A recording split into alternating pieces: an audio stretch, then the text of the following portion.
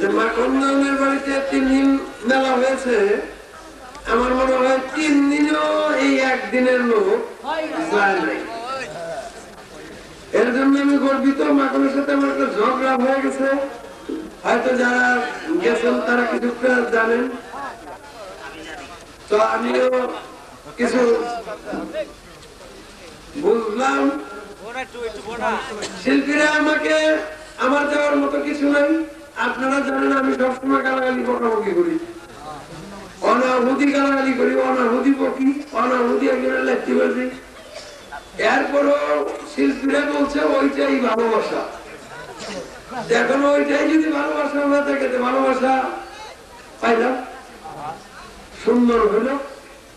তো যাই হোক, একটা জিনিস আমি লক্ষ্য করেছি যে একটি লোক এই বাড়িতে কোনো প্রকারের পাগলামি, কোনো প্রকারের সাউন্ড, অথচ 20-40 জন লোক হইলেও দেখা যায় অনেকটা রায় হয়ে যায়।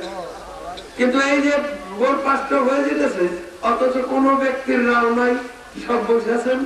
এর জন্য আমি আপনাদের প্রতি আবার শ্রদ্ধা জ্ঞাপন করছি।